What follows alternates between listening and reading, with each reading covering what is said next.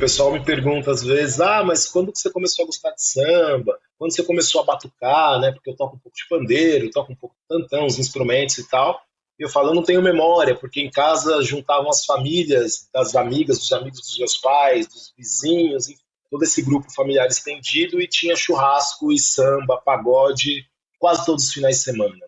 Minha mãe tinha esse hábito também de aos sábados acordar e colocar um disco na vitrola para tocar, um Jorge Ben, Gilberto Gil, um Fundo de Quintal, Alcione.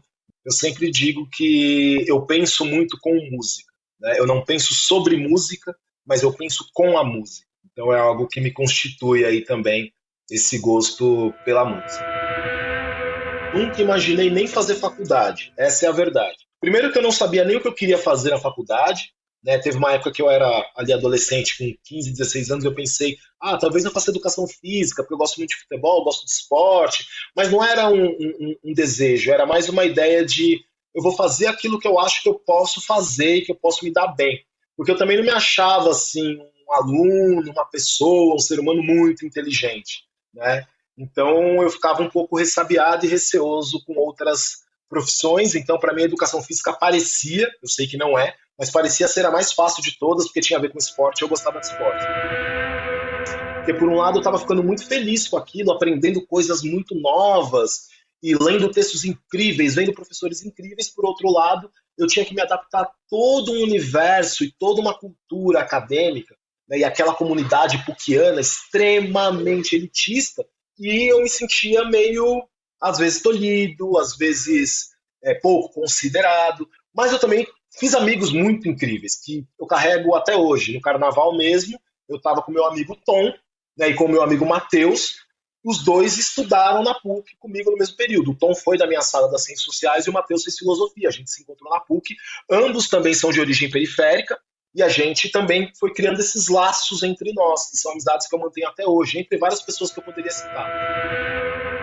E a gente cria um coletivo de pessoas negras, né? Porque nesse momento também, isso é muito interessante de dizer. Eu passei toda a minha graduação sem debater racismo e lia muito pouco sobre, né? A gente lia assim os clássicos do pensamento social brasileiro, era uma disciplina, acabou. Não se fala de racismo nas ciências sociais. Hoje se fala em algumas faculdades, mas na minha época não. Esse consenso da democracia racial estava lá. Não é à toa que a gente vê um monte de intelectual, um monte de artista que hoje se coloca como antirracista, lá em 2006 assinando o Manifesto contra as Cotas.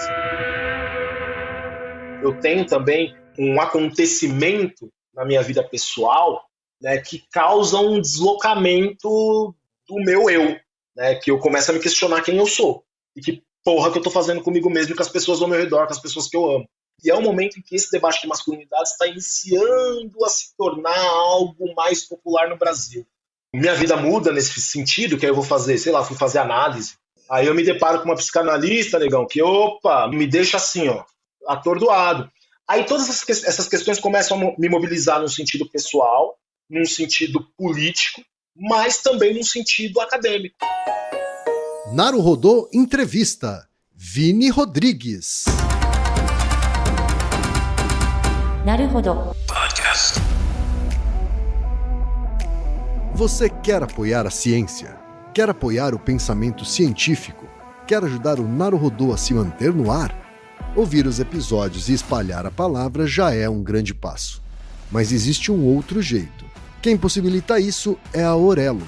Você escolhe um valor de contribuição mensal e tem acesso a conteúdos exclusivos, conteúdos antecipados e vantagens especiais. Além disso, você pode ter acesso ao nosso grupo fechado no Telegram e conversar comigo, com Altair e com outros apoiadores. Toda vez que você ouvir ou fizer download de um episódio pelo Orelo, vai também estar pingando uns trocadinhos para o nosso projeto. Combinado? Então baixe agora mesmo o app Orelo no endereço orelo.cc ou na sua loja de aplicativos e ajude a fortalecer o conhecimento científico.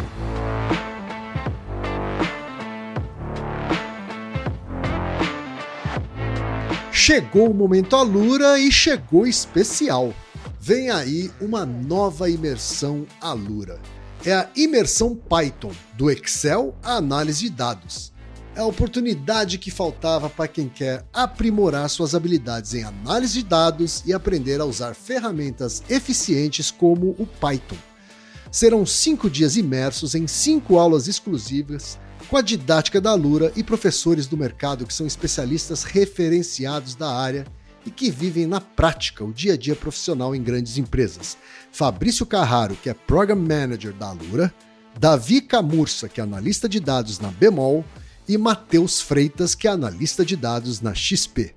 Tudo isso com uma comunidade exclusiva, apoio do time de instrutores nos grupos de estudos diários no Discord e acesso gratuito à Luri, a IA da Alura, que ajuda no processo de aprendizado. As aulas são 100% online e 100% gratuitas, e você ainda terá certificado de participação. Mas as inscrições são por tempo limitado, então garanta agora a sua participação. O endereço é alura.tv/naruhodô-imersão Python tudo junto. Então é sem o tio no ar, e Python se escreve Python de navio. Ou procure o link na descrição do episódio.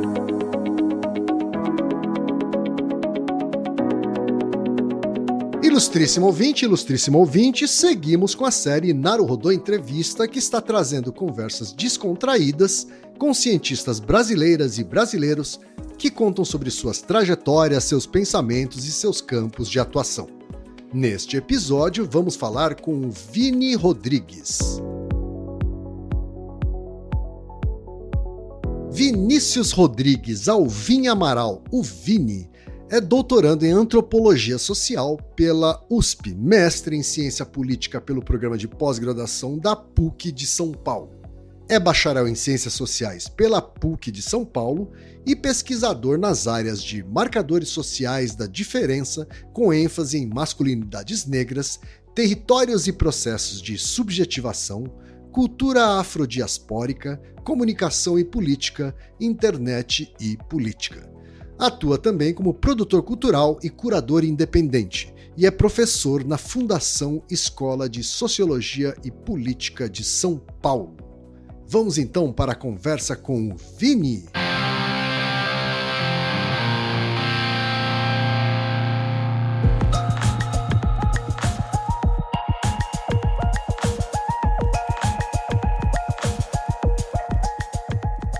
Vini, muito obrigado por você ter topado essa conversa. Um prazer ter a gente aqui no Naruhodô. Dá um salve aí para os nossos ouvintes. Bom dia, boa tarde, boa noite. Muito obrigado pelo convite. Fico muito feliz de participar e de poder bater esse papo com vocês. Imagina, Vini, o prazer é todo nosso. Vou te chamar de Vini. Claro, sempre. Acho que é o seu nome artístico, vamos dizer assim. Não é isso? É o nome pelo qual eu sou conhecido. É, legal. Eu vou começar com você, Vini, como eu começo com todas as cientistas e cientistas que eu entrevisto aqui no Naruhodô, que é perguntando quando você nasceu, onde você nasceu, em que contexto familiar, socioeconômico você nasceu, para entender um pouco suas origens. Eu nasci no ano de 1981, no dia 13 de março. Nasci no bairro da Casa Verde, na zona norte de São Paulo, numa família pobre. As pessoas hoje em dia elas têm um pouco de ressalvas em usar essa palavra, mas eu nasci numa família que de fato tinha uma série de problemas, questões relacionadas a dinheiro, finanças, posses, etc. Mas uma família que era muito bem estruturada, ou ainda é muito bem estruturada, a partir da minha mãe. Minha mãe sempre foi uma figura de extrema importância na família, até hoje. É uma grande matriarca que sempre educou os filhos, os sobrinhos agregados, os filhos dos amigos e etc. Meu pai, que está vivo também até hoje, era mecânico, e meu pai ele teve aí uma série de problemas com álcool durante muito tempo. Hoje não tem mais, está aí limpo já faz muitos anos. Que bom! E eu nasci num contexto familiar muito coletivo e numa ideia muito de família estendida. ali no bairro da Casa Verde, que é um bairro que é bem peculiar, né? Porque hoje ele é muito visto como um bairro de classe média, tem muitos prédios, condomínios e até casas, né? Que podem ser enquadradas aí em casas de classe média. Mas nos anos 80 e 90 a configuração era um pouco mais mista, então era um bairro que tinha regiões mais de classe média, alguns bolsões de pobreza, algumas pequenas favelas, todas ali fronteiriças, todas ali próximas, né, umas das outras. Minha família é uma família muito ligada com o samba, então o samba ele tem um papel muito importante na minha vida, a música de modo geral, é uma família muito musical, né? O meu pai e minha mãe sempre foram muito envolvidos com escolas de samba. Qual é a sua escola de samba do coração, Vini? Eu tenho que perguntar. A minha, isso é controverso, né? Porque o pessoal fala, da Zona Norte, então você é Peruche, é da Casa Verde, você é Império, você é Morro. Eu sou Vai-Vai. Olha só. Minha escola do coração é a Vai-Vai. Uhum. Mas eu gosto muito da Peruche, eu desfilei na Peruche durante uns 3 ou 4 anos, desfilei na camisa verde e branco. Minha mãe sempre conta essa história de que pouco antes de eu nasci em março, como eu disse, ela desfilou, né, no Carnaval de 1981, na Mocidade Alegre, comigo na barriga, algumas semanas antes de eu nascer. É uma história que ela sempre conta. Caramba, então começou cedo, então, sua vida na passarela. Sim, o pessoal me pergunta às vezes, mas quando que você começou a gostar de samba? Quando você começou a batucar, né? Porque eu toco um pouco de pandeiro, toco um pouco de tantão, os instrumentos e tal. E eu falo, eu não tenho memória, porque em casa juntavam as famílias das amigas, dos amigos dos meus pais, dos vizinhos, enfim, todo esse grupo familiar estendido, e tinha churrasco e samba, pagode, quase todos os finais de semana. Minha mãe tinha esse hábito também de aos sábados acordar e colocar um disco na vitrola para tocar, um Jorge Ben, Gilberto Gil, um Fundo de Quintal, Alcione. Então a música foi algo sempre presente, é algo que ainda é presente, que eu sempre digo que eu penso muito com música, né? Eu não penso sobre música, mas eu penso com a música. Então é algo que me constitui aí também esse gosto pela música. Os seus pais são aqui de São Paulo mesmo, Vini?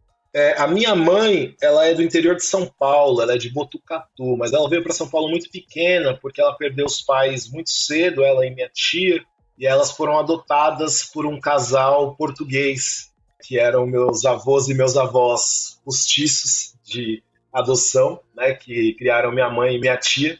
Então ela veio com 4, 5 anos para São Paulo, e meu pai sim, meu pai ele é nascido, criado na cidade de São Paulo, ele é paulistano mesmo, da Zona Norte, apesar da minha família ter uma parte que é da Zona Norte, uma parte que é da Zona Sul.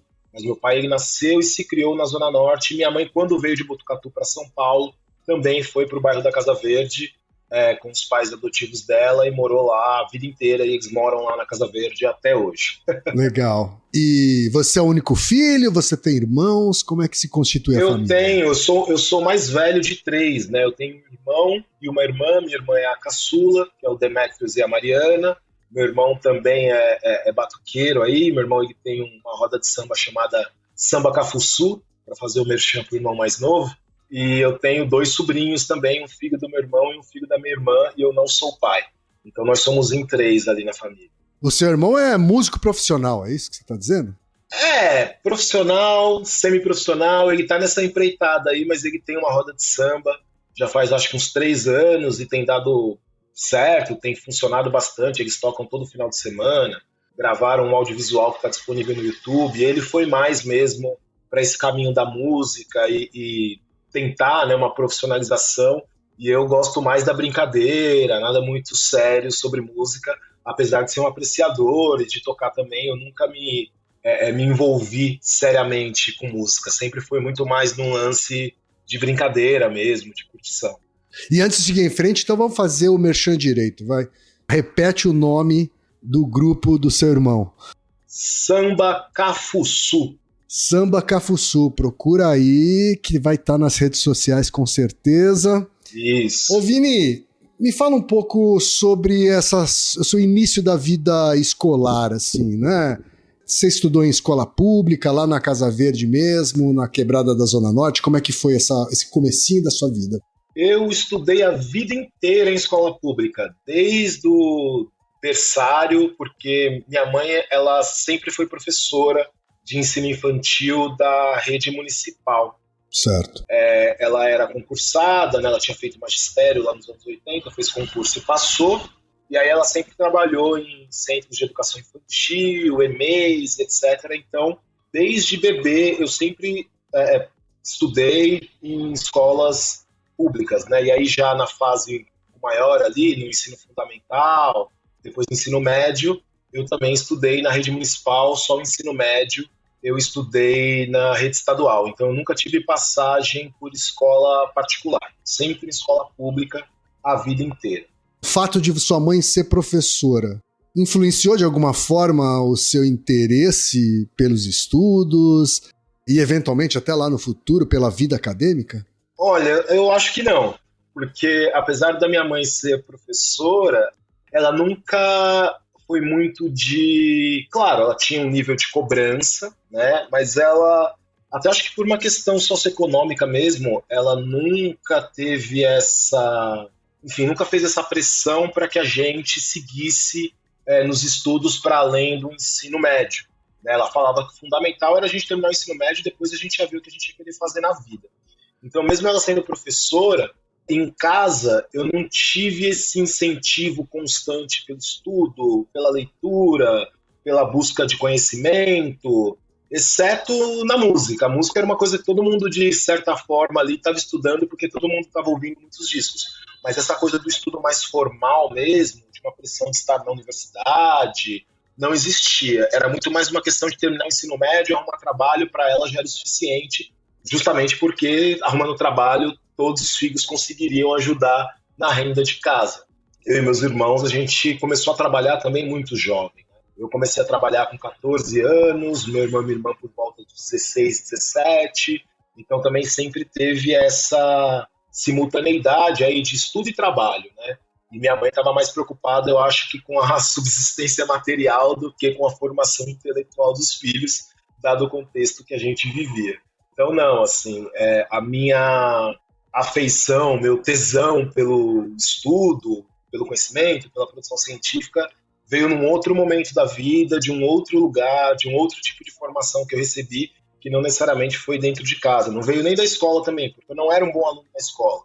Né? Eu repeti o primeiro ano do ensino médio, não era. Eu, no 5º ano do ensino fundamental, eu fui reprovado, mas aí eu passei no conselho. No primeiro ano do ensino médio, eu fui reprovado, e aí eu reprovei, tive que fazer o primeiro ano do ensino médio de novo. Então eu também nunca na escola me dei muito bem, assim, com escola. O que eu gostava muito, que eu adquiri muito cedo um gosto, foi por leitura. E isso foi meio que sozinho. Eu acho que era uma estratégia um pouco para eu sublimar a violência, a pobreza, as dificuldades. Então eu sempre tive essa coisa de primeiro, né, na infância, ler muito gibi, né, e depois já na adolescência começar ali com os livros juvenis, né, e depois ir passando para outros livros mais adultos, tal. Então eu sempre tive muito gosto pela leitura, mas não necessariamente pela sistematização do estudo na escola. A escola eu queria sair correndo sempre. Agora, você acabou de comentar que começou a trabalhar muito cedo, né? Aos 14 anos. O que você fazia trabalhando? Cara, o meu primeiro trabalho na informalidade, na verdade, eu não tinha nem 14, eu tinha 12. Né? Na informalidade eu digo porque não tinha nenhum tipo de contrato de nada. Mas lá na Zona Norte ainda tem, né? Tem um jornal local que chama Gazeta da Zona Norte. E aí eu estudava de tarde, né? Então de manhã eu acordava cedo, ia na banca de jornal, que tinha um acordo lá com a sede, que fazia o jornal, enfim. E aí a gente pegava os jornais e saía, eu e meu primo, não tô falando a gente, porque isso era eu e meu primo Alex que fazíamos. A gente distribuía jornal, essa Gazeta da Zona Norte, na casa das pessoas. Quando a gente terminava de distribuir, a gente voltava lá na banca e o dono da banca entregava uma merreca pra gente, o dinheiro que servia ali pra gente comprar as nossas coisinhas, ajudar a mãe, passar o final de semana. Então não era uma coisa que tinha todo dia, era só sextas-feiras, porque era o dia que saía o jornal. E aí esse foi a minha primeira ocupação. Era um jornal de bairro gratuito, assim, é isso? Isso. Um jornal de bairro gratuito que vocês ajudavam a distribuir. Exatamente, era um jornal de bairro gratuito, falando sobre as coisas ali do bairro, da Zona Norte, Casa Verde, Cachoeirinha, Jaçanã, bairro do Limão, enfim, ele rodava toda a Zona Norte e era gratuito. E aí a gente tinha esse acordo aí com o dono da banca que a gente distribuía e ele pagava a gente. Depois disso cheguei a ser vendedor de sorvete, desses mesmos que estão na rua com carrinho de sorvete, sabe? Tipo, vendendo picolé. Cheguei um tempo a vender picolé. Eu lembro muito dessa memória porque a gente fazia bastante dinheiro vendendo picolé, porque na época estava construindo o AMB, né? Que o AMB é ali na Zona Norte, perto da Marginal. Então a gente descia da Casa Verde a pé, que dava assim uns 25, 30 minutos até o AMB, chegava no AMB e vendia picolé para os trabalhadores lá que estavam construindo o AMB. Então a gente já ia na hora do almoço ali, eles compravam todos os picolés, então a gente voltava com o carrinho vazio de picolé, né, e com o dinheirinho na mão para poder ajudar a mãe e para poder também curtir o final de semana, comprar essas coisinhas e tal. E isso eu devia ter por volta dessa idade, 11, 12 anos, por aí. Né? Aí depois eu fiz milhares de outras coisas, assim, quando eu fico pensando as ocupações que eu tive antes de ter um emprego formal, né, o emprego formal pensando assim, carteira assinada, vai desde isso, vendedor de picolé até montador de antena parabólica. Na época que estouraram as antenas parabólicas, tinha um senhor lá perto de casa que ele tinha uma oficina de antena parabólica, ele montava, tal, instalava, e aí a gente trabalhava com ele, porque era eu e meu primo, esse meu primo Alex, nós éramos assim inseparáveis, fazíamos tudo junto o tempo inteiro. E aí a gente trabalhou com esse senhor montando as antenas parabólicas, a gente montava no chão, né, deixava ela montadinha, e aí ele levantava, subia no telhado e instalava a antena parabólica. Então, dessas ocupações informais, bicos, eu fiz muita coisa, assim, muita coisa mesmo, na adolescência. Tudo isso para poder ter um dinheiro, porque como minha mãe nunca teve condições de me dar mesada, eu nunca recebi mesada na vida, eu ganhava dinheiro assim, no aniversário, aí minha mãe juntava um pouquinho, minha tia Raquel juntava um pouquinho, meu pai, quando estava trabalhando, juntava um pouquinho e dava um dinheiro, mas no resto do ano eu tinha que me virar. Né? Então aí a gente fazia o que dava para fazer para arrumar um dinheirinho.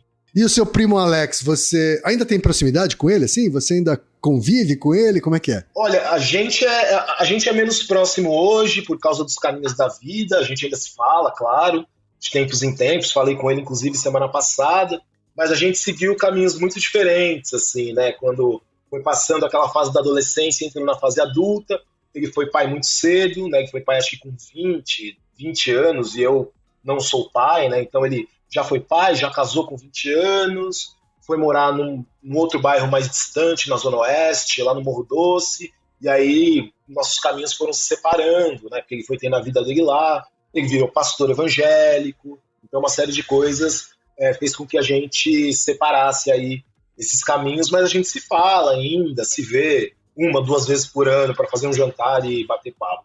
Legal, legal. Agora, você era um moleque tendo que se virar.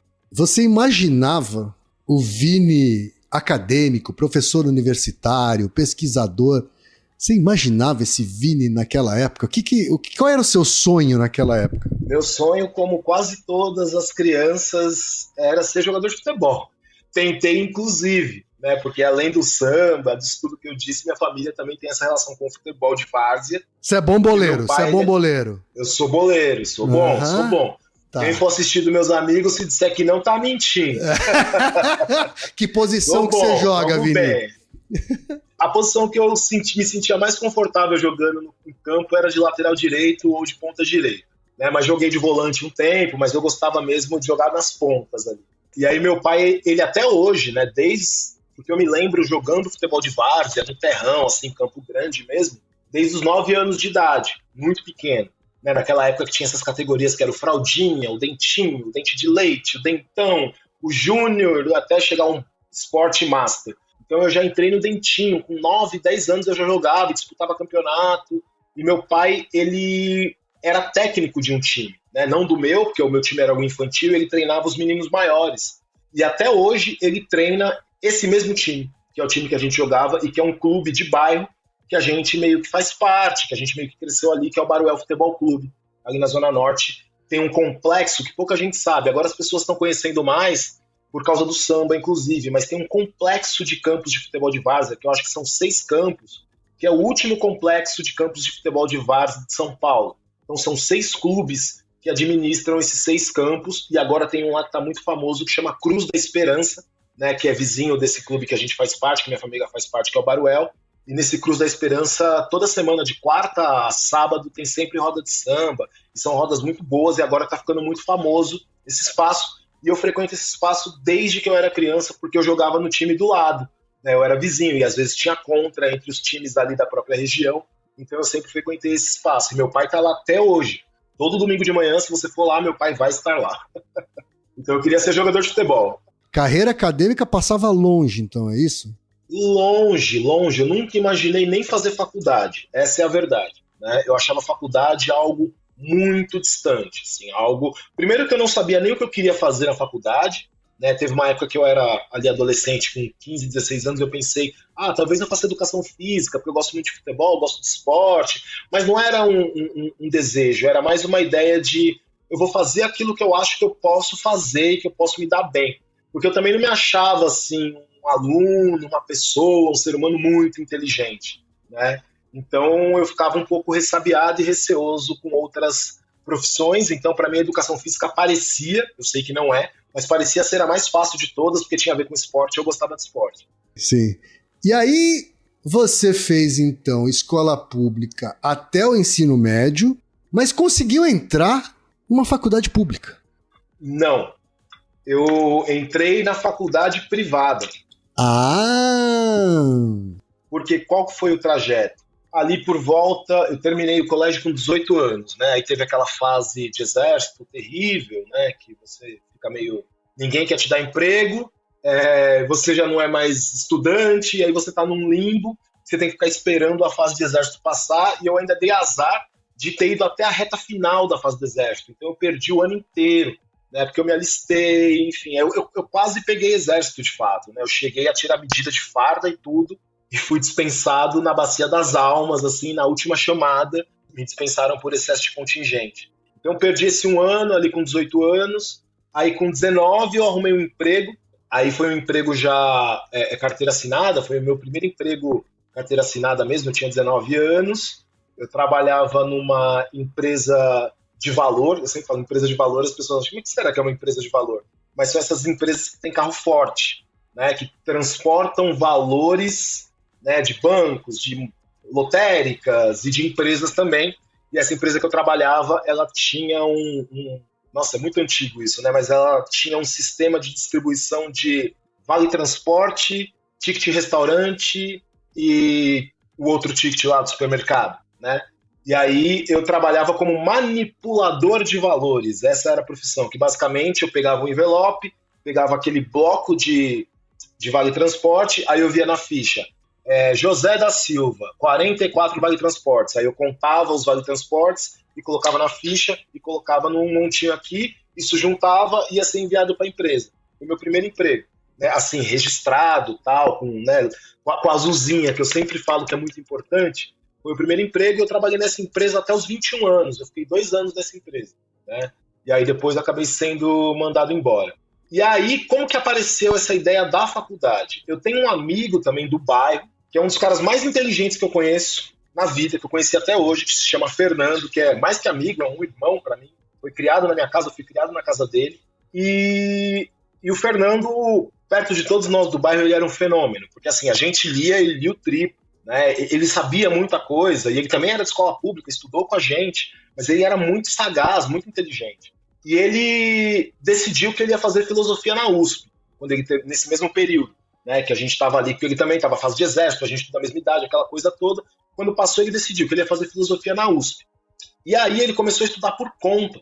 Né? A mãe dele, que é a minha tia Sônia, que eu gosto de sempre de falar o nome dela, que ela é muito importante para mim, e o pai dele, o tio Cláudio também, os dois compraram uns livros, né, de algum cursinho, não lembro qual que era exatamente, e deram para o Fernando estudar. E como eu estava muito na casa do Fernando, e ele muito em casa, a gente era muito amigo, eu comecei a entrar na onda de ficar estudando junto com ele. Né? A gente passava várias tardes sem fazer nada, os dois desempregados, vamos estudar, né? Vamos ficar lendo aqui e tal, fazendo os exercícios.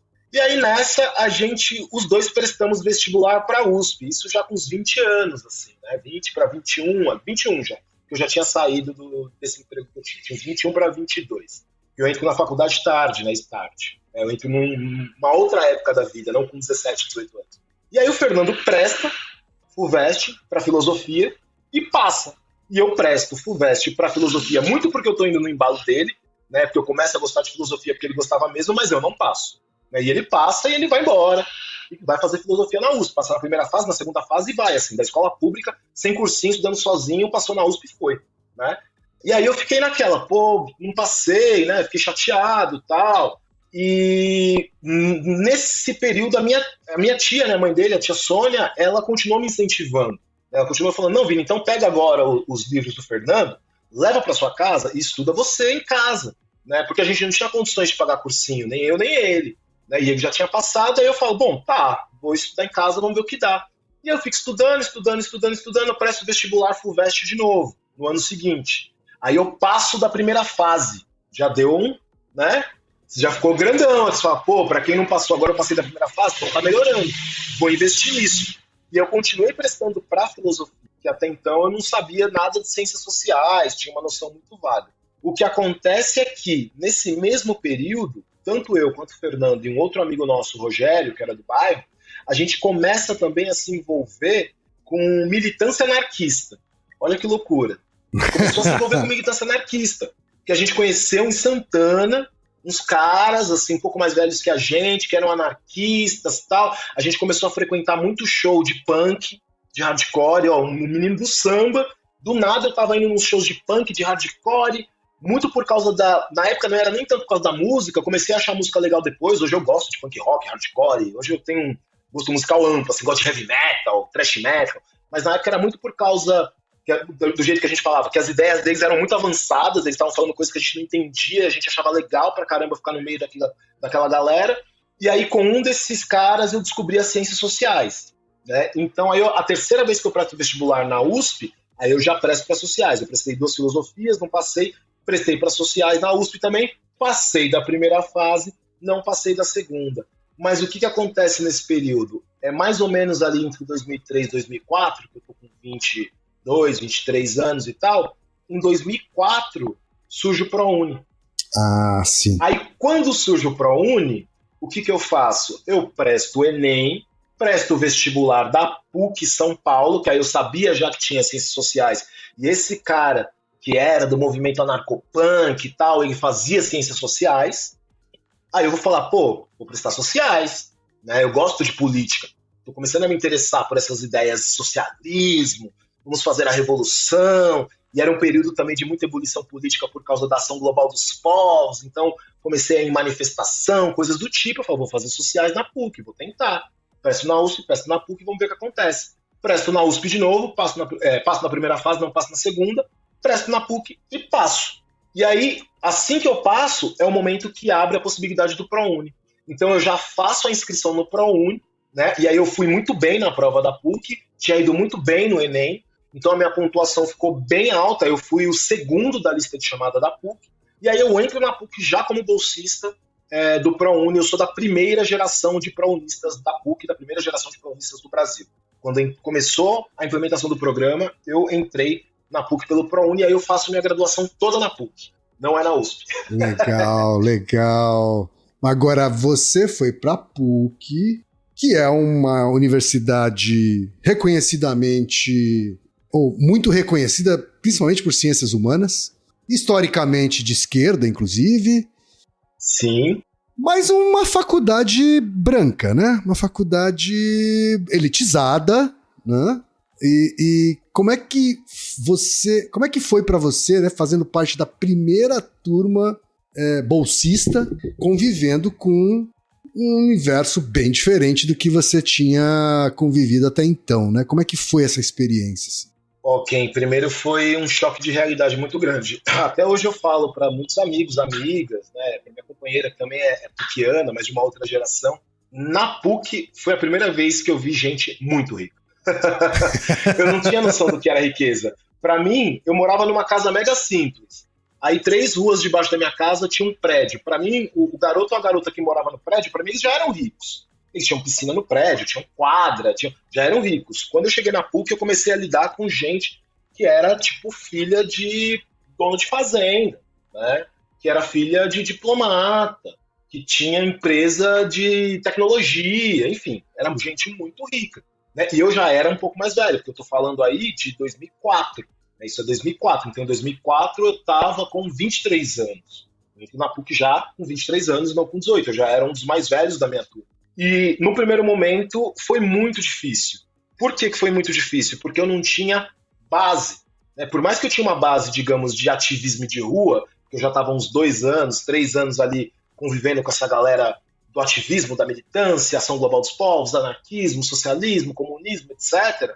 Eu não tinha uma base intelectual, eu não sabia como sistematizar o estudo, eu sabia ler, eu gostava de ler, escrevia mais ou menos, mas eu não sabia como sistematizar ideias. E não tinha muita referência. Né? Eu nunca vou esquecer que uma aula que eu fiz de uma disciplina na PUC, que nem era no meu curso, era na filosofia, que eu sempre também tenho essa coisa com a filosofia, que eu gosto muito da filosofia, mas era em estética na filosofia, e aí com o professor Fabrini, nunca vou esquecer que está na USP hoje, e aí o professor Fabrini falando de arte, mostrando uns quadros, analisando uns quadros, dando contexto histórico, e aí ele mostrou um artista, um quadro X, que eu não vou lembrar qual que é, e uma menina que estava no curso com a gente falou, não, eu já fui para o museu de sei lá o que, não sei aonde na Europa, e vi esse quadro. Aí o outro menino falou, eu também, eu fui com meu pai, com a minha mãe. E aí uns 4, 5 na sala já tinham ido lá pra Europa. Eu falei, gente, Europa? Tipo, como é que vocês foram no Louvre, vocês foram no Dorset, vocês foram... Pra mim era uma coisa muito distante, assim. Né? E toda uma coisa de, sei lá, primeiro ano, né, nas ciências sociais, aí tem a parte lá de ciência política que você começa pelos gregos, e aí você vai ler Platão, o Mito da Caverna. Eu nunca tinha lido Platão, o Mito da Caverna. O que eu sabia de filosofia eu tinha aprendido com o Mundo de Sofia.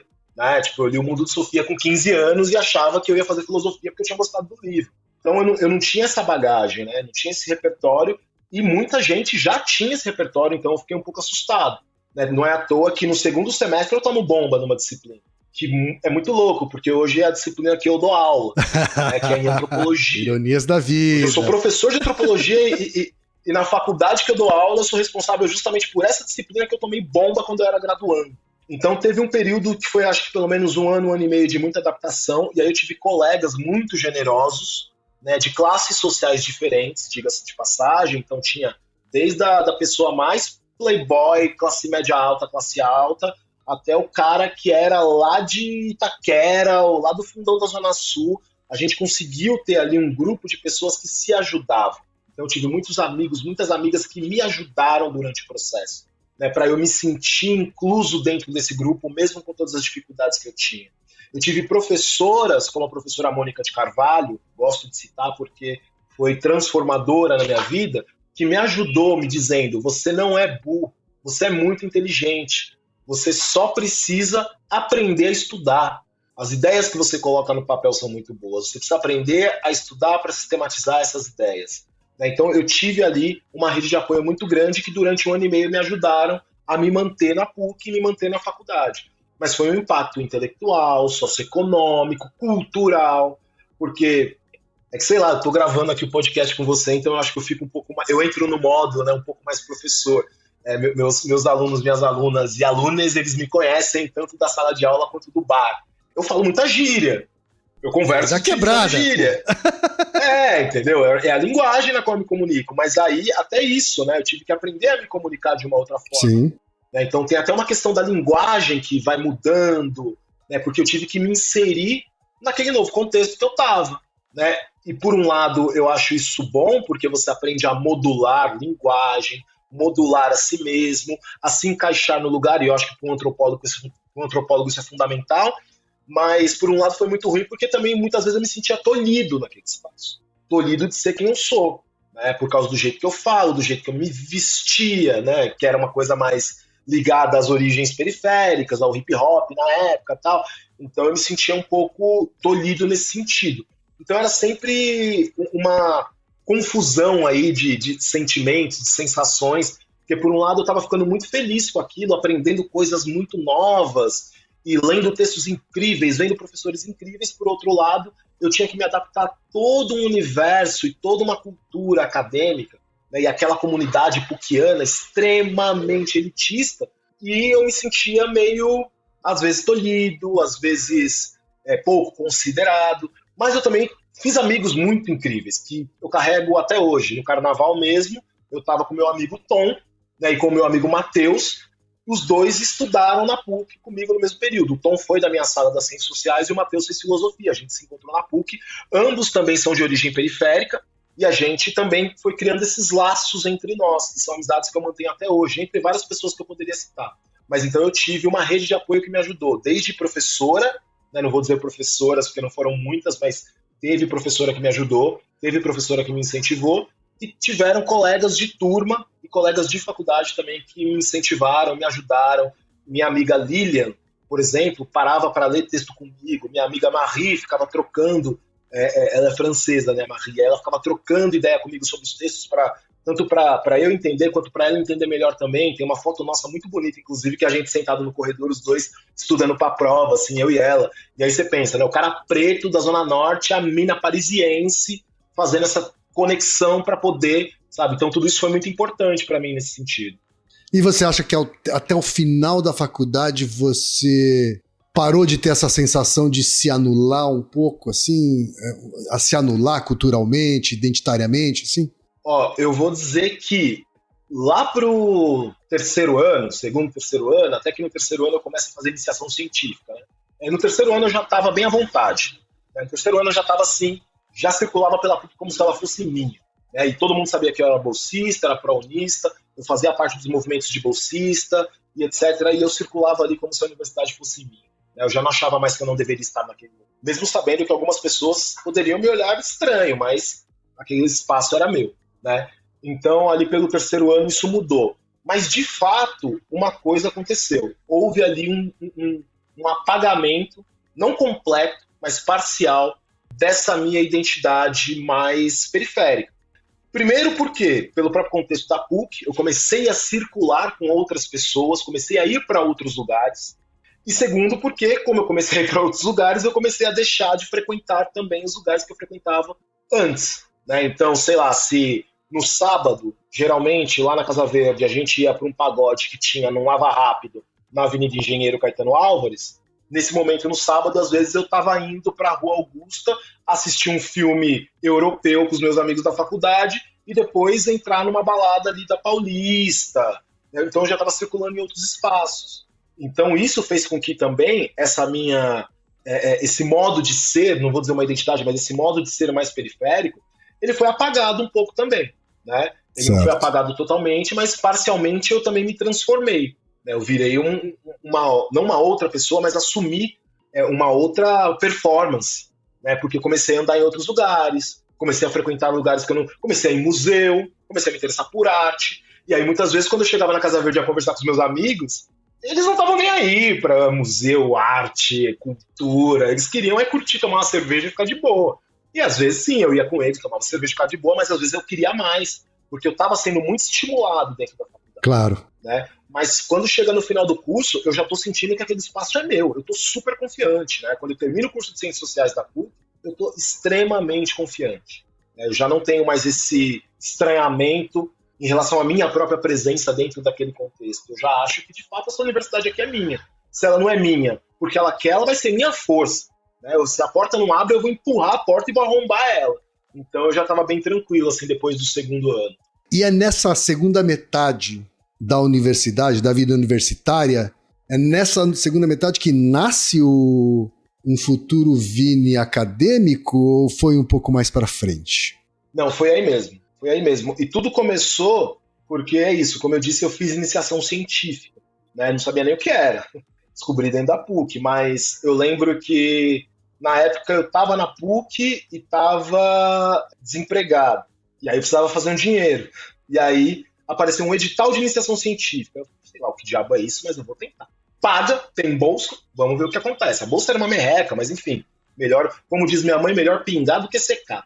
Fiz o processo seletivo para iniciação científica e passei. Né? Era uma pesquisa grande, era uma pesquisa de grupo de pesquisa, né? Era a pesquisa do NEAMP, que é um núcleo que tem na PUC que chama Núcleo de Estudos de Arte, Mídia e Política.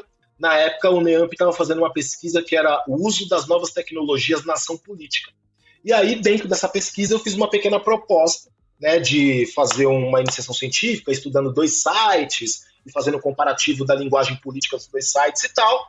Essa proposta foi aceita, eu entro para o NEAMP e viro pesquisador do NEAMP, aí de iniciação científica. Mas eu começo a participar desse grupo de pesquisa e de toda essa movimentação intelectual que tem no grupo de pesquisa. Né? E é interessante porque hoje vários dos colegas que eu tenho na FESP, que é onde eu dou aula, são do NEAMP. Né? Então a professora Tatiana Chicarino, o professor Rodrigues Taramanho, eles são todos professores da FESP e foram, ou são ainda, não sei exatamente, pesquisadores do NEAMP, e eu conheço todo esse pessoal lá. Então é ali que eu começo a me formar de fato como pesquisador, dentro do NEAMP, fazendo essa pesquisa. Né? E a minha parte era um filetinho pequeno, que era uma iniciação científica, que o resultado foi um relatório de 45 páginas, né, o resultado da minha pesquisa. Mas foi ali que eu tomei gosto pela pesquisa acadêmica. Até então eu não sabia o que eu ia fazer, eu tinha aquela ideia de vou terminar o curso, vou dar aula de sociologia no ensino médio. Fechou, é isso. Presto um concurso, fico de boa. Mas aí eu começo a pesquisar e começo a achar muito legal. As trocas, os debates, e aí lê o livro, e vai debater o livro, e aí vai a campo, e faz coleta de dados. Eu comecei a achar tudo isso muito interessante. Aí eu termino a pesquisa, né, que a bolsa de iniciação científica era 1 ano, eu termino esse 1 ano, depois mais 1 ano, termino a faculdade, TCC, aquela coisa toda.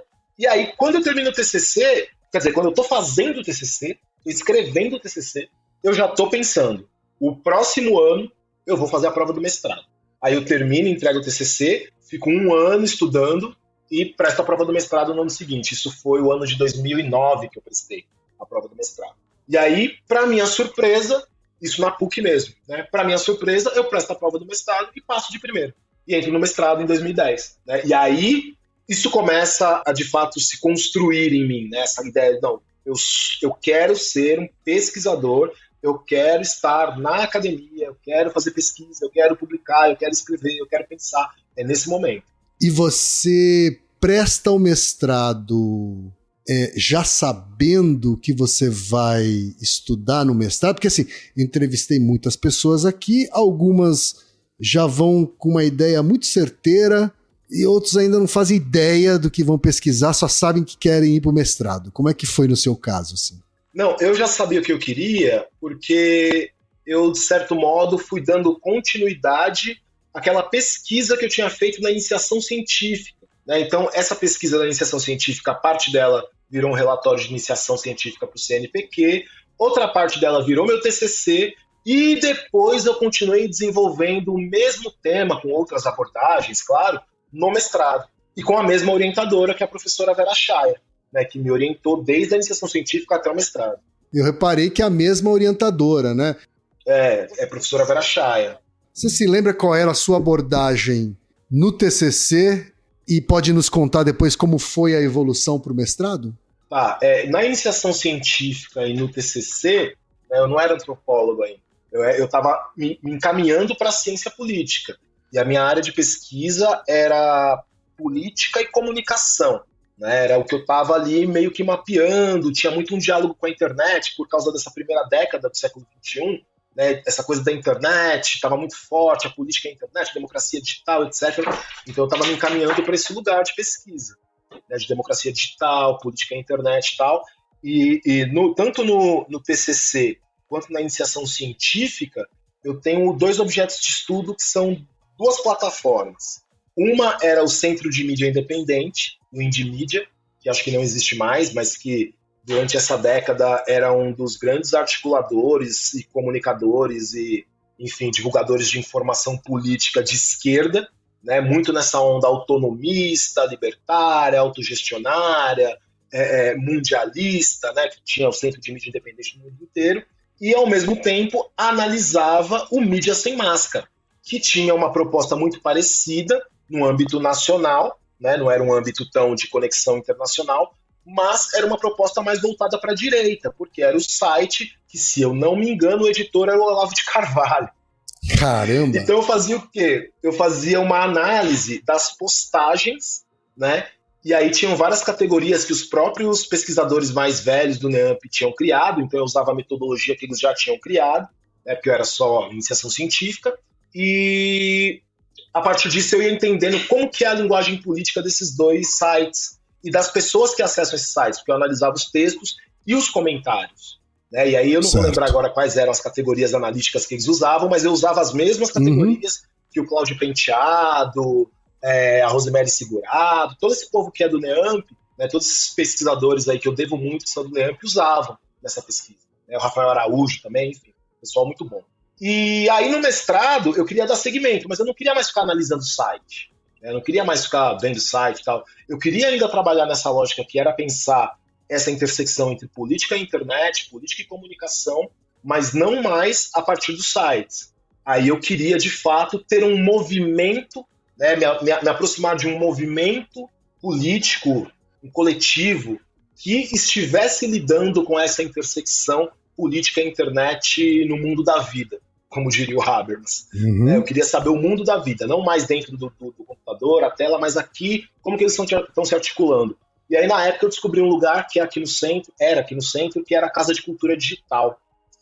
E a Casa de Cultura Digital era uma casa que aglutinava vários coletivos que se articulavam ali a partir da ética hacker.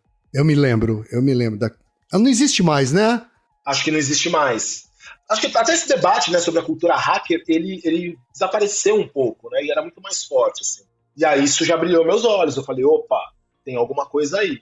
E aí eu fui exatamente estudar o funcionamento da Casa de Cultura Digital, né, e isso se ampliou para a relação da Casa de Cultura Digital e desses movimentos ligados à internet, mas também ligados à cultura livre de modo geral, que aí começam a surgir esses conceitos de cultura livre, tem um debate em relação à propriedade intelectual, mas como esses movimentos estavam dialogando com as instituições, mais especificamente com o Ministério da Cultura.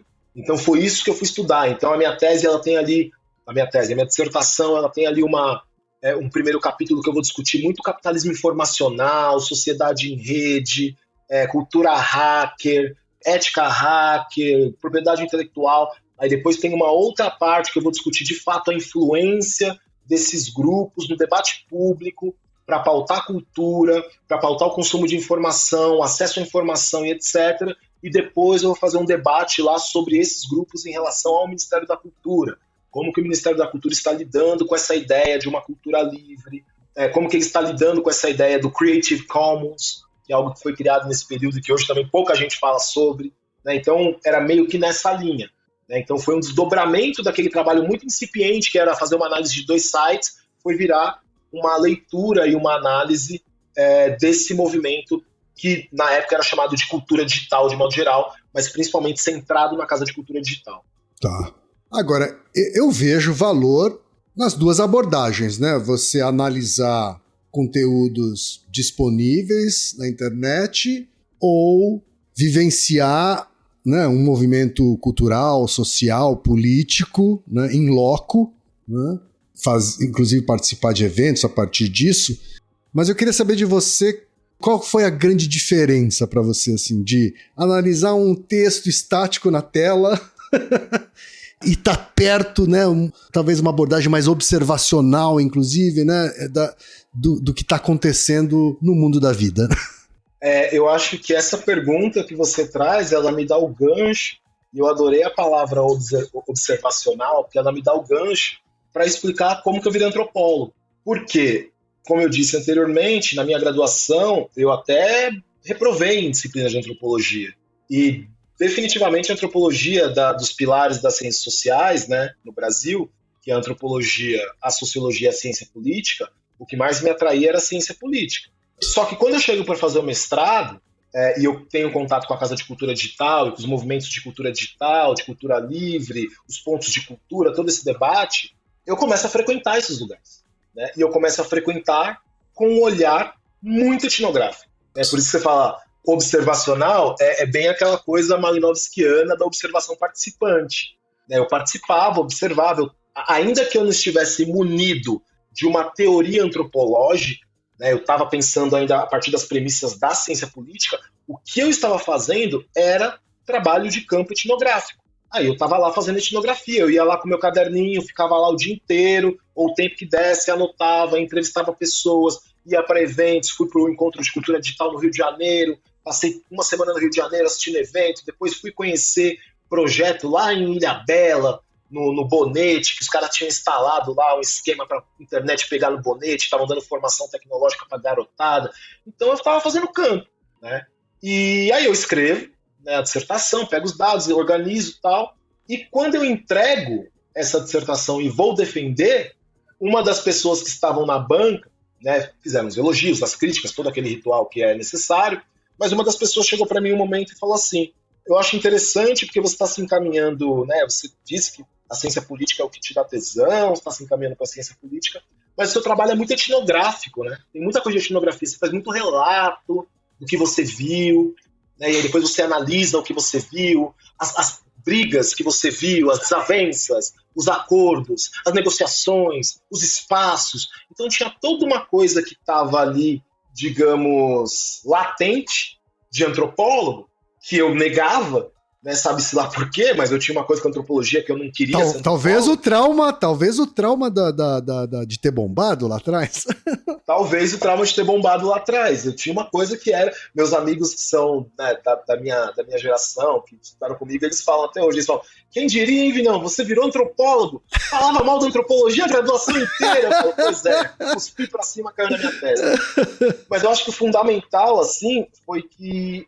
Eu não sei se você perguntou sobre o resultado dos trabalhos, né? Eu trouxe uma coisa muito pessoal. Eu vou querer saber também, Foi que nesse momento, assim, foi quando eu entendi, quer dizer, mentira, não entendi, mas eu fiquei com esse ponto de interrogação, com essa pulga atrás da orelha sobre antropologia, né? Então eu termino o mestrado, essa professora na banca, ela fala isso, que era muito etnográfico, e eu: não, como etnográfico? Eu não sou antropólogo, não faço etnografia, não faço etnografia. Uhum. Né? E aí não faço observação participante. Eu achava que a antropologia era uma ciência menor. Eu tinha essas babaquices, né? A gente é babaca também, a gente não é só legalzão, a gente é otário às vezes. Eu era bem otário. Eu achava: não, ciência menor, fico estudando, né, o micro do micro, né, a diferença da piscadela pro cisco no olho, sei lá, né, tipo essas coisas que aparecem nos textos de antropologia. E aí eu fico com a pulga atrás da orelha, mas aí depois é um outro capítulo, né? Que aí eu posso contar como que eu chego na antropologia de fato. Certo. Mas uma das mudanças foi essa. E aí, em relação a resultados de trabalho mesmo, né? Eu não vou lembrar muito da iniciação científica, confesso. Assim, faz muito tempo, faz mais de... Não, mas do mestrado, anos, e do mestrado? Mas do mestrado eu lembro, Eu acho que o mestrado nunca é um trabalho assim inovador, né? Basicamente, eu sempre falo para os meus alunos, eu falo: gente, o mestrado é você provar que você consegue dar conta de uma pesquisa. Ele é muito mais ritualístico, você não precisa inovar, você não precisa trazer novas.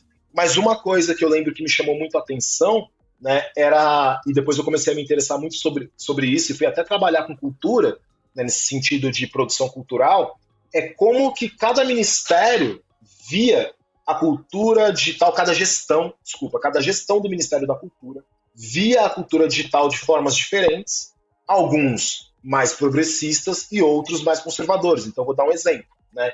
Eu começo pegando ali o meu recorte, é o Ministério Governo Lula, a gente está falando de Governo Lula, eu pego o Ministério Gestão Gilberto Gil.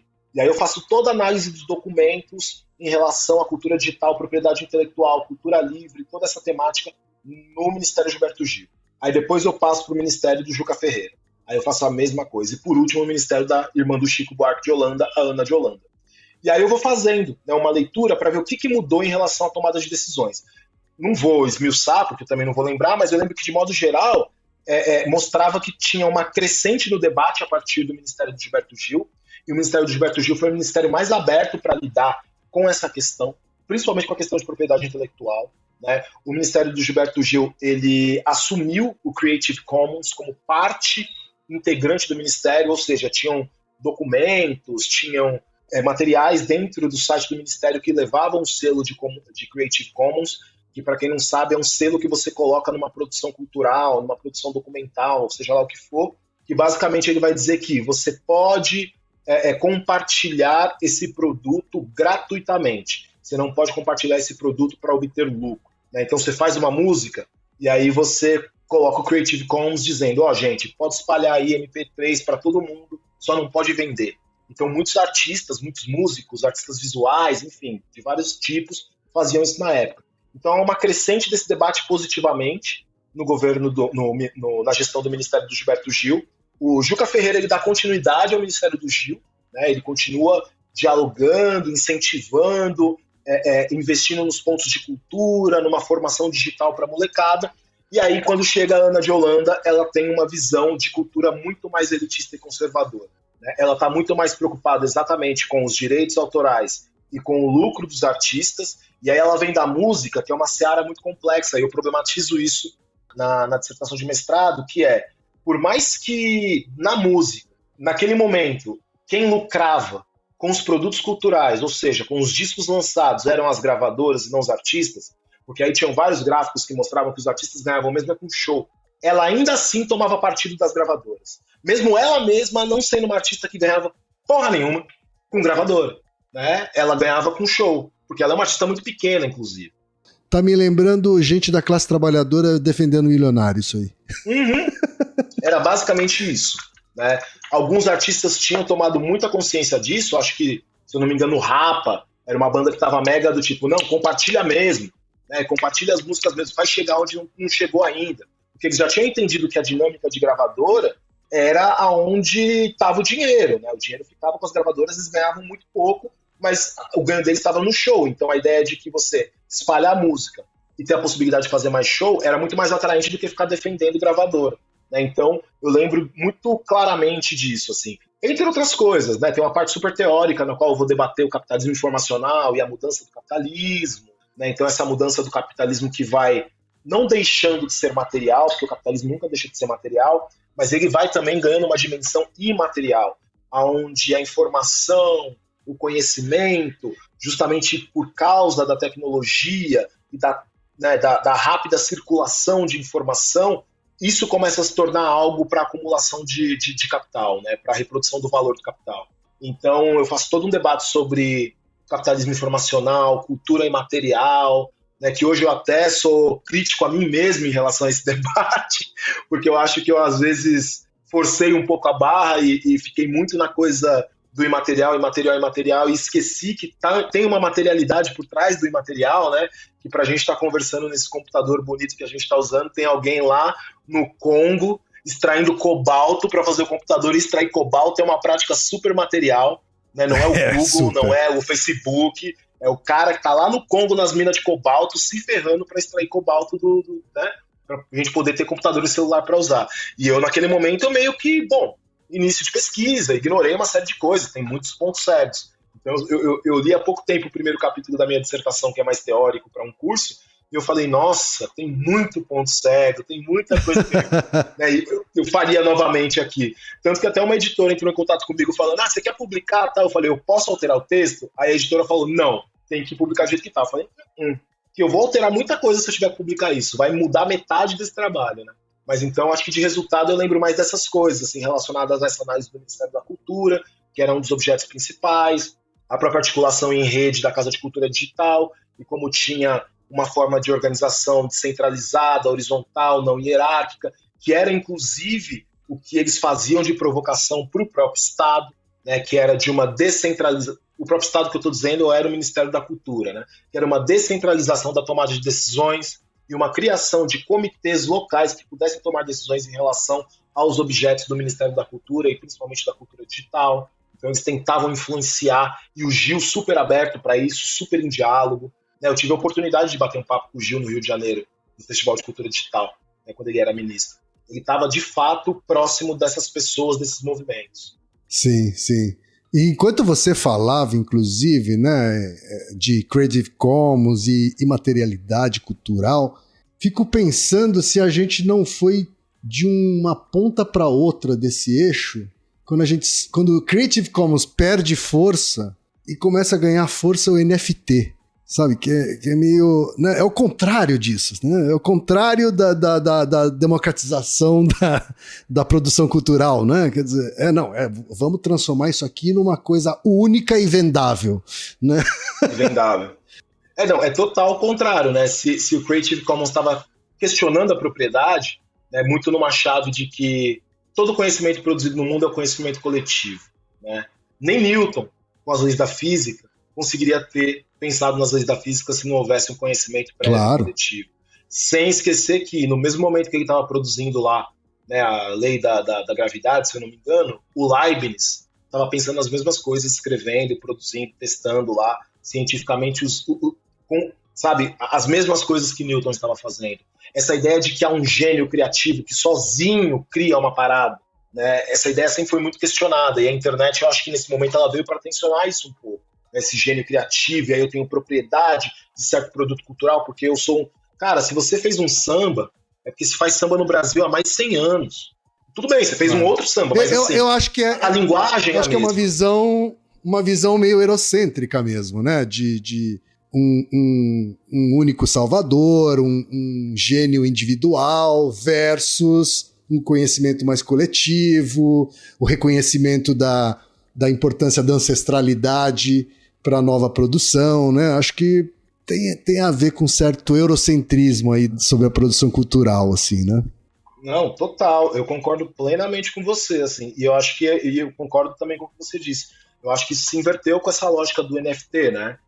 Todo questionamento que essa geração de nerds, hackers, enfim, trouxe para o debate sociedade, tecnologia, internet, cultura, se perdeu, a propriedade voltou como algo questionável, a propriedade intelectual, e ainda cria-se o NFT, que é a propriedade da propriedade dentro da internet, e você compra algo imaterial que é exclusivo, mas que não se dá nem ao luxo de ser uma mercadoria, né? Então, é assim, eu não tenho nem... Eu estou com um orientando agora que ele está meio que... Eu vou aprender muito com ele, inclusive, orientando de TCC, que ele está estudando Bitcoin, NFT, essas coisas, porque eu não entendo muito disso, né? Eu também saí um pouco desse debate depois e fiquei fora.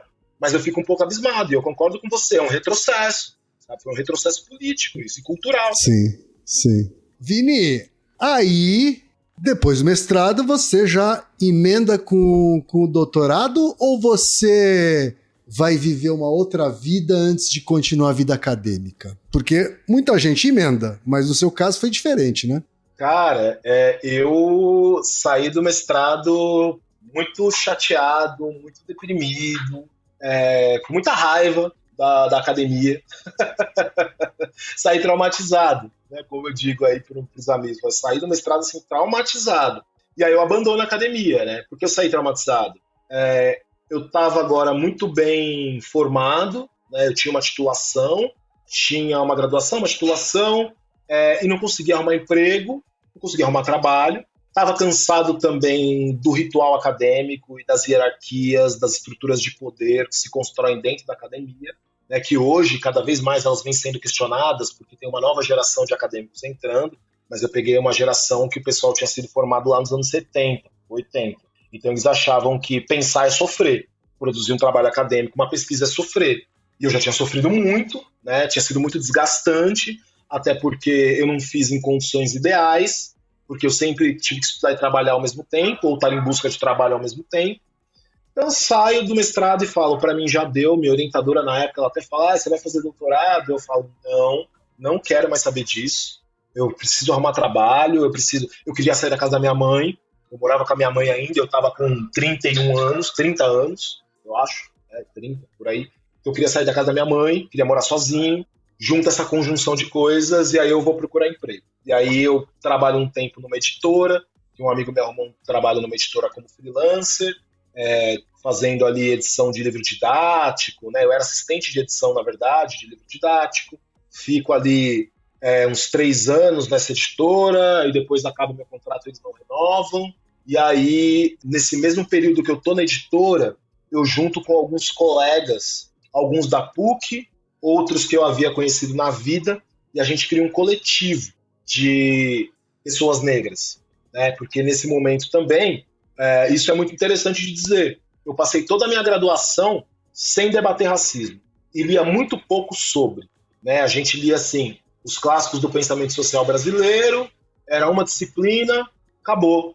Não se fala de racismo nas ciências sociais, hoje se fala em algumas faculdades, mas na minha época, não.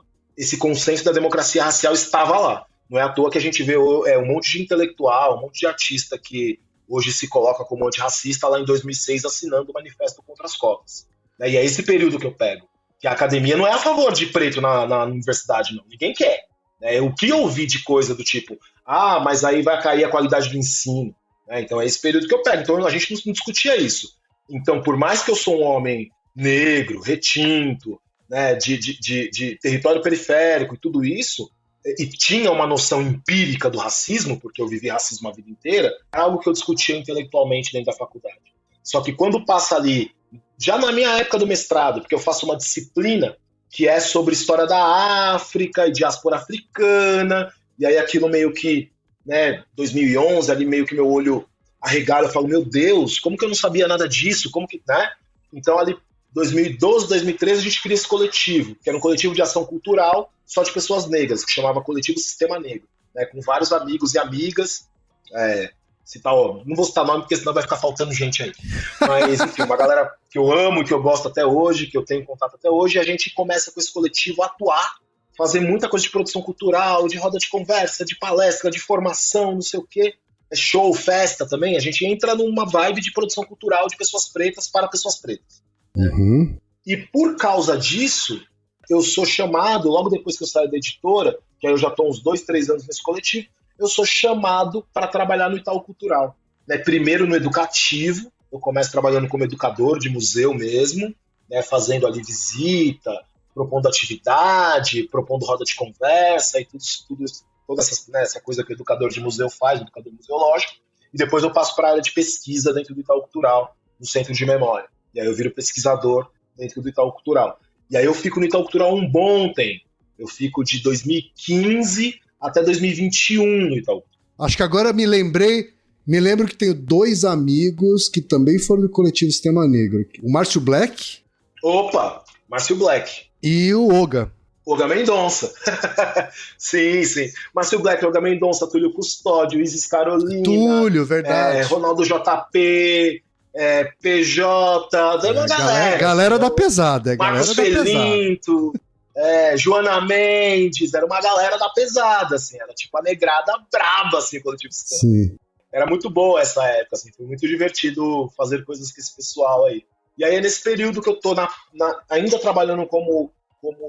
É um misto, né, de pesquisador e produtor cultural dentro do Itaú Cultural. Eu fico ali 7 anos, mais ou menos, de 2015 a 2021, 21 para 22.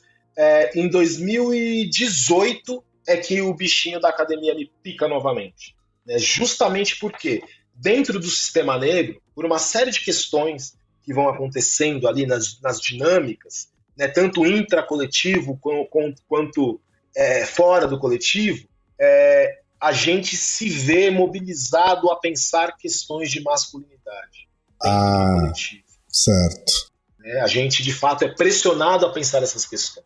Uhum. Tanto por provocação de pessoas que passaram pelo coletivo, mulheres que passaram pelo coletivo, ainda que brevemente, Sim. Participaram de 2, 3 reuniões e saíram, quanto de mulheres que estavam no coletivo, quanto de pessoas que não estavam, mas que compareciam nas nossas atividades. E também por questões pessoais. Eu tenho também um acontecimento na minha vida pessoal, né, que causa um deslocamento do meu eu, né, que eu começo a me questionar quem eu sou.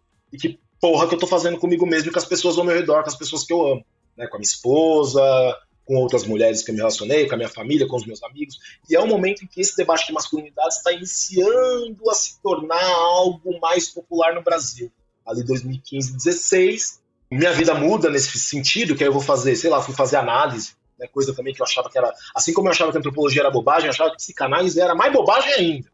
Aí eu me deparo com uma psicanalista, negão, que, me dá uma rasteira, filho. E me deixa assim, atordoado.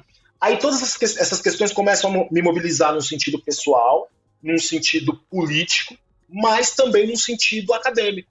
Aí eu começo a pensar, eu preciso pesquisar isso, eu preciso sistematizar isso que eu estou sentindo, o que eu estou lendo, eu preciso fazer uma pesquisa sobre isso. Eu começo a ficar realmente inquieto, e é aí em 2018 que eu decido, de fato, eu ainda trabalhava como produtor cultural no Itaú e pesquisador, aí eu decido prestar o vestibular, fazer a prova para ingresso no doutorado.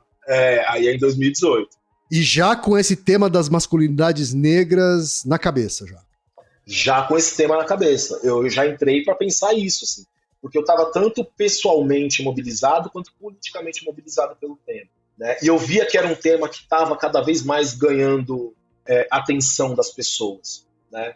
Que é isso, eu também começo a fazer ali 2017, por aí algumas mediações de rodas de homens.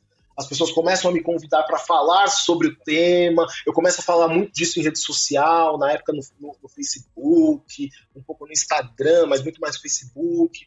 Então eu começo a ler sobre e estou fazendo o processo psicanalítico ali também, estou no divã e tal, fazendo todo esse processo, e isso é algo que está me mobilizando. Então quando eu entro no doutorado, quando eu presto a prova, eu já presto com essa ideia na cabeça. O meu projeto vai ser sobre masculinidades. Qual vai ser? Não sei, eu vou descobrir aqui. E aí eu vou já com isso meio que certo, e é nisso que eu tô até agora.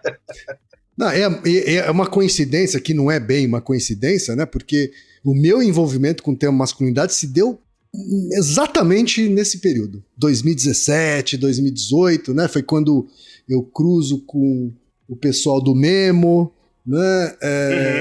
Que também tem homens negros na organização, isso, Pedro, Lincoln, né? Uma galera muito bacana. E também, poxa, falei, caramba, eu preciso levar isso aqui a sério, porque isso aqui está afetando no micro e no macro, né? A nossa atitude está afetando no micro e no macro, né? Na vida da minha companheira e na sociedade como um todo. Isso aqui precisa, né, de alguma forma ganhar mais importância, assim. Então, muito bacana que isso também tenha acontecido contigo, assim. Agora, você leva isso pro doutorado, né? E eu sei aqui, né, que você já é público, uma informação pública, que você tem o recorte aí do baile para falar sobre esse tema. Como é que surge isso?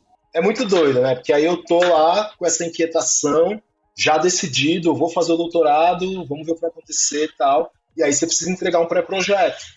E aí eu comecei, né, fiquei um tempo ali mastigando vários textos, vários livros, pensando, e nesse mesmo momento eu me deparo com funk. É até interessante falar isso, né? Como se depara com funk? Ué, eu não ouvia funk, não é da minha geração. Sim. Não era uma música da minha geração, eu não via porque não via sentido. Hip hop você chegou a ouvir? Não, rap sempre, né? O rap teve ali desde a adolescência. Rap samba também. Tava ali com você sempre. Rap samba sempre. Aí depois veio o punk rock hardcore por causa da coisa do anarquismo, do punk, não sei o quê, mas rap samba desde criança, assim, meus primos, assim, mais velhos que eu, quando eu tinha 10, 12 anos, já ouviam rap, a família ouvia samba, aí tava em casa, mas o funk não era algo que eu consumia.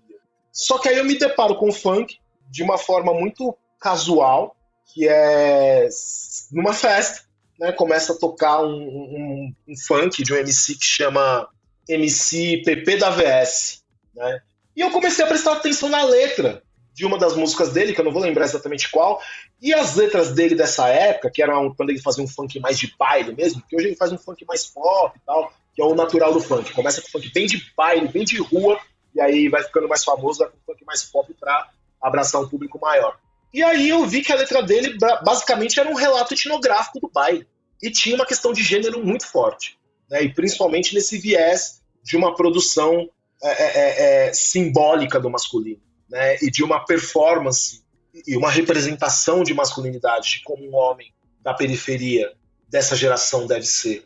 E eu comecei a ver também que não era muito diferente do que tinha no rap, né? Isso começa a me atravessar. Você fala, pô, tem diferenças, claro, o rap tem as suas idiosincrasias, o funk também é muito peculiar e tal, mas tem coisas em comum, né?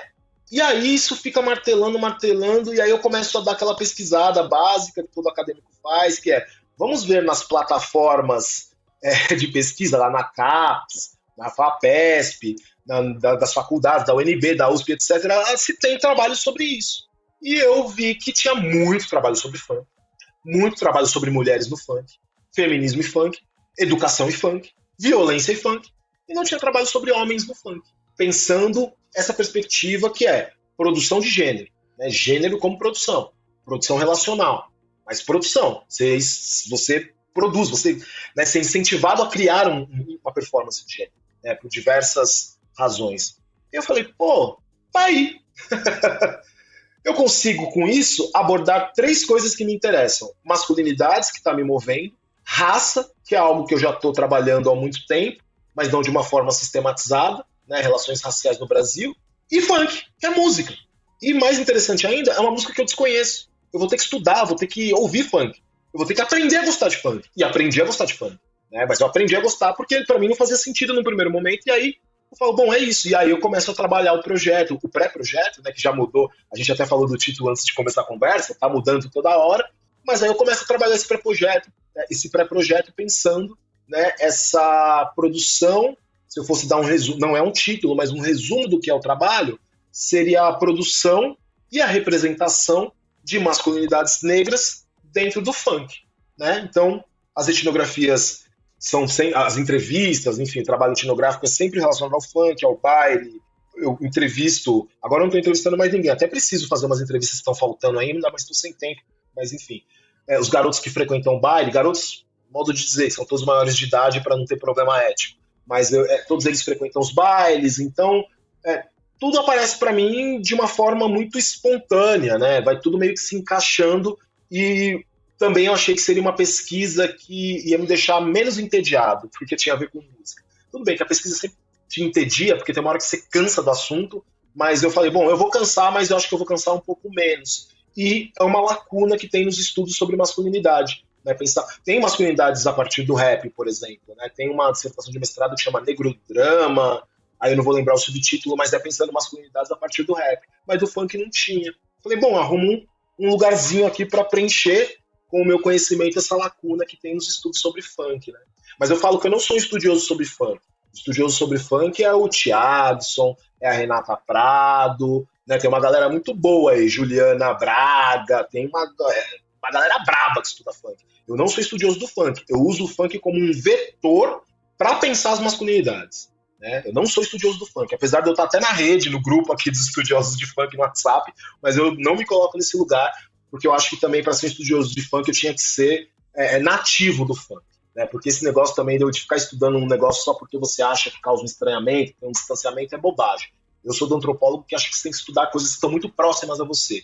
E o funk, no caso, ele está próximo, mas eu não sou nativo, né? Eu não sou cria do funk. Então eu sou um pesquisador de gênero e raça que usa o funk como um vetor. Perfeito, perfeito. E eu acho que é uma abordagem muito, muito válida. Né? Eu não conheço funk tanto quanto você e muito menos quanto o Thiagson. Né? O Thiagson é um monstro. Mas assim, a minha companheira é parda e da periferia, né? E óbvio que o funk faz parte da vida dela, né? E eu acabei aprendendo a gostar também. E aprendendo a gostar, a admirar, né? E, pô, muito bacana que você esteja fazendo esse estudo. Eu sei que ainda falta um ano para você concluir, mas eu queria que você me desse aí pelo menos um spoiler de aprendizado aí que você já analisou aí durante esses anos de doutorado. Essa é a parte mais difícil, né? Porque justamente pelo fato de faltar um ano para eu concluir, eu estou naquele processo que é a organização dos dados escrita. Uma boa hipótese, então. Uma boa hipótese que eu estou trabalhando é uma hipótese muito ainda embrionária e controversa, mas que ela tem me cutucado faz algum tempo. Né? Quando eu comecei a pensar o funk, na verdade eu não queria pensar só o funk, eu queria pensar o funk, o rap e também o samba e tentar mapear as diferenças entre os três homens que são produzidos nesse contexto. Aí depois virou coisa demais, você entrar no funk. Por que eu queria fazer isso? Porque aí eu queria me colocar como objeto de pesquisa também, ou melhor, como sujeito de pesquisa também, nesse sentido de que não é só sobre os meus interlocutores, esse trabalho também é sobre mim, né? Porque ele nasce também de uma inquietação pessoal. Então é como se eu fizesse um processo de autoanálise, né? De autorreflexão em relação à minha posição. E eu que tenho essa formação, né? Esse processo de subjetivação dentro do rap e do samba, eu queria trazer isso para a conversa. E aí é por isso que no título provisório tem a coisa da autoetnografia. Ah, agora entendi. Eu faria uma etnografia, que é o estudo do outro, e faria uma autoetnografia, que é o estudo de mim mesmo, pensando essas questões. E aí eu desisto disso. Mas uma coisa que ficou para mim, de hipótese, é um encadeamento, que eu já fui muito questionado por isso em congresso e tal, mas eu estou batendo nisso e eu vou defender isso até o fim. Quer dizer, se der certo, também é a defesa. É que tem um encadeamento de um certo tipo de homem, né, de uma tipologia de homem, para ser mais específico, que aparece nesses três gêneros musicais. Né, que mesmo com todas as mudanças socioculturais que a gente teve, esse tipo ele não desaparece. Então ele aparece no samba, ele aparece no rap, ele aparece no funk. E é uma figura da cultura popular que é muito, muito, muito famosa, que é o malandro. Então, uma das Zé Pilintra, o Zé Pilintra. Seu Zé Pilintra, Mas é esse malandro quase como um arquétipo mesmo, né? Mas é o seu Zé Pilintra, que é o que representa o arquétipo. Que é esse cara que tem uma ligação com a rua, que é esse cara que, como diz o Antônio Cândido, né, quando ele vai analisar lá o História do Sargento de Memória do Sargento de Milícias, que o malandro, ele tá circulando entre a ordem e a desordem, né, o tempo inteiro, que as questões que o atravessam são muito mais de uma ordem ética do que de uma ordem moral, e tudo isso só é produzido em um contexto de racismo e exterminação sistêmica dos homens negros. Qual que é a minha hipótese? É que quando tem várias coisas que aparecem, né? Eu vou falar sobre consumo, sobre dinheiro, sobre tudo aquilo que aparece no universo do funk dos meus interlocutores. Mas a minha hipótese é que esses garotos, por mais que eles estejam, os meus interlocutores, né? Porque eu não posso falar de todo mundo no funk, eu vou falar dos meninos que eu trabalho. Grande parte deles trabalha, grande parte deles estudou, nem que não tenha terminado o ensino médio, mas estudou até a 8ª série, enfim. E grande parte deles já esteve em conflito com a lei em algum momento, ou já fez alguma coisa que é considerada crime. Né? Ainda ou que não tenha seguido mínimo, neste lugar. Ou ainda que não tenha, né? Já cometeu algum tipo aí de desvio. E eu fiquei pensando muito nesse desvio. Né? E aí eu comecei a ver, né, que o samba canta isso, principalmente lá naquela década de 20, 30, 40, mas mesmo até a década de 60, o samba tá cantando isso em alguns momentos. Né? Tem vários sambas que cantam isso, né? De várias perspectivas. Malandro, vira otário quando ama, espernei reclama. Malandro, eu ando querendo falar com você, você tá sabendo que o Zeca morreu. Aí o rap vai cantar isso também. Né? E o funk tá cantando isso também. Né? No funk aparece essa figura do malandro o tempo inteiro. E eu vejo que essa figura ela é muito estigmatizada no lugar de que, justamente por causa do discurso brasileiro de pacificação do conflito racial a partir da democracia racial, o malandro é visto como aquele que recusa ser civilizado, né, por essa sociedade colonial e racista. O malandro é uma recusa ativa. O malandro do samba era o cara que não queria trabalhar.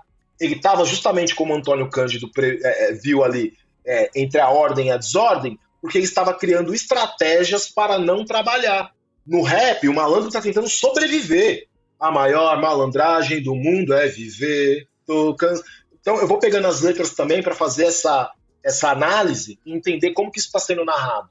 E aí no funk hoje, o malandro é consumir. Ele é sobreviver, mas mais que sobreviver, ele quer viver e ele quer consumir. E ele não quer ser o empregado, ele quer ser o empreendedor. Tem uma outra ética neoliberal que vai entrando aí. Então a minha hipótese principal para salvar o malandro é que o malandro, antes de tudo, é uma estratégia de sobrevivência dos homens negros numa sociedade racista, cujo objetivo sempre foi fazer com que os homens negros desaparecessem e as mulheres negras fossem assimiladas. Esse é o discurso da democracia racial. Né? Então, eu estou tentando entender o que é essa masculinidade, né, que muitas vezes é vista como animalesca, como violenta, né, por um discurso colonial, que é essa masculinidade negra, desses jovens, e que, na verdade, tudo isso são estratégias para que eles possam se manter vivos. Né? E essas estratégias aparecem tanto no modo de vida deles, quanto nas representações de si mesmo que eles fazem nas músicas. Né? Cada um do seu modo, mas é uma estratégia para eles se manterem vivos. Então, basicamente, tem essa intersecção também. Só que ainda tá tudo muito confuso, porque eu tô naquele momento que nem tô conseguindo fazer, inclusive. Mas pra mim é uma hipótese belíssima, viu? Enquanto você tava falando, eu tava até arrepiado aqui, porque enquanto você falava, eu falava assim, cara, é uma estratégia de sobrevivência isso, sabe? Inclusive a subversão, né? Assim, essa subversão ao capitalismo, né? A uma lógica de trabalho. Ao capitalismo, ao trabalho capitalista, Eu acho uma bela hipótese aí, Vini. E é isso. E aí não é achatar, né?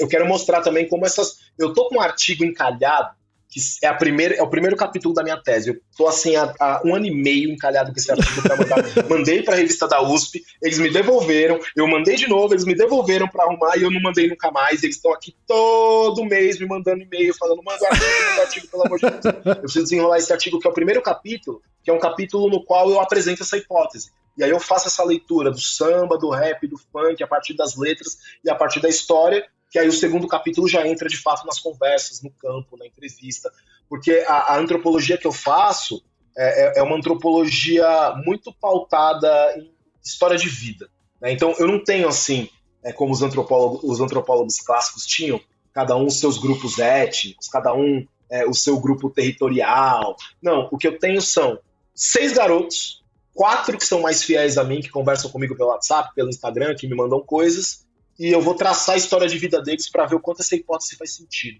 Porque eles estão nesse lugar da ordem, da desordem, o tempo inteiro. Alguns mais, outros menos, né? E todos eles estão nesse lugar porque eles estão numa situação de precariedade extrema. Eles estão lá no fundão do Grajaú, eles estão lá no fundão da Brasilândia, né? E aí eu faço atividades com eles. Eu fiz uma atividade muito interessante, não vou ficar falando muito para também não dar spoiler da tese, mas a gente foi fazer um passeio na Paulista. Eu peguei eles e falei: vamos fazer um passeio na Paulista? Vamos sair da quebrada? Vamos dar um rolê? Eles ficaram meio assim, aí uns que se empolgaram que nunca tinham ido na Paulista, tal, e aí eu consegui organizar e a gente foi. Foi até um colega meu que é professor também, professor de artes. E a gente foi, deu rolê em museu, tal, e depois eu sentei com eles para fazer uma roda de conversa. Teve um que falou uma coisa muito interessante para mim, que ele disse o seguinte: eles me chamam de professor, né? O Vini é o professor. Chegou e falou: professor, é muito da hora esse lugar aqui, eu achei massa, eu nunca tinha vindo na Paulista, vários prédios da hora, tal, pô, mas é meio estranho estar aqui, né? Aí eu falei: ô fulano, mas por que é estranho? Ele falou: todo mundo olha pra gente, todo mundo, né, a gente vai passando, porque era eu, esse professor e 6 moleque quebrada, camisa de time de várzea, cabelo nevado, aquela coisa toda. Não, todo mundo olha pra gente com uma cara estranha, não sei o que e tal. Eu falei: por que você acha que tá todo mundo olhando pra gente? Ele falou: porque nós é quebrada, né? Eles não gostam, eles têm medo da gente. Aí o outro, que era amigo, falou: não, é por isso que nós temos que botar pânico mesmo. Ele falou: se eu vejo essas velhinhas na rua aí, eu faço elas atravessar a rua. Ou seja, eles têm uma coisa de confronto que é exatamente respondendo, né? Então é uma masculinidade que vai se formando a partir de uma dureza muito grande, de um confronto muito grande. Sim. Então não dá para esperar que esses meninos sejam tilelê do bambolê, entendeu? Eles estão o tempo inteiro sendo enquadrados como uma ameaça. E eles vão desenvolver estratégias para lidar com esse enquadramento. Sem dúvida, sem dúvida. Se o outro desumaniza ele vai ter que lidar com isso de alguma forma, né? Exatamente. E vai ter que arrumar um meio de se humanizar a partir das premissas dele. E a premissa deles de humano é muito diferente das premissas da classe média de humano. Porque até isso eu queria debater, mas não vai dar tempo, que é humanismo. Né? Eu também conversar sobre humanismo. Mas enfim, já é um papo muito filosófico, cabeção, que eu acho que não vale a pena no momento. Pode ficar com uma mesa de bar. Valer a pena vale, Guilherme. Só que a gente chegou no tempo. Boa. Assim, mas a conversa foi deliciosa. Foi deliciosa a conversa. Boa, maravilha. Espero que nossos ouvintes também curtam, ter conhecido um pouco mais dessa figura que é o Vini Rodrigues.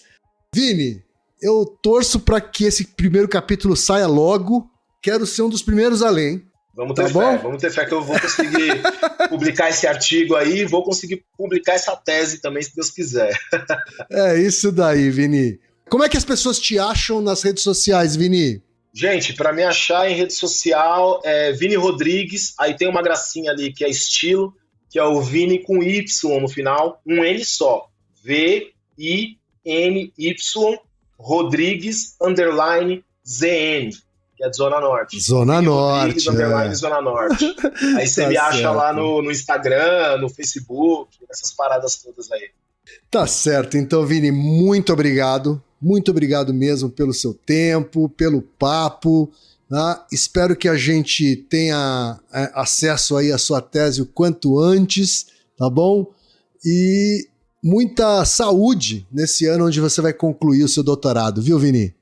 Muito obrigado pelo convite, adorei conversa leve, solta, sobre coisas sérias, é o melhor tipo de conversa que a gente pode ter, e vamos que vamos, precisando de mim aí para mais coisas. Eu sei que eu sou enrolado, mas eu sempre tento me esforçar para poder contribuir aí com o trabalho de pessoas que eu acho legais, interessantes e que vão ajudar aí a divulgar os trabalhos científicos das pessoas. Legal, Vini. Não é enrolado coisa nenhuma, Vini. Não é enrolado coisa nenhuma. O cara trabalha igual um camelo, então... É vida de professor, né? É, isso daí. Tá certo, então, Vini. E Naruhodô, ilustríssimo ouvinte. E você já sabe, aqui no Naruhodô, quem faz a pauta é você. Você tem alguma pergunta pra gente ou quer comentar algum episódio? Escreva pra nós. podcast@naruhodô.com.br. Repetindo? podcast@naruhodô.com.br. E lembre-se, mande nome completo, idade, profissão e a cidade de onde você está falando. É isso aí. Naruhodô. Esse podcast é apresentado por b9.com.br.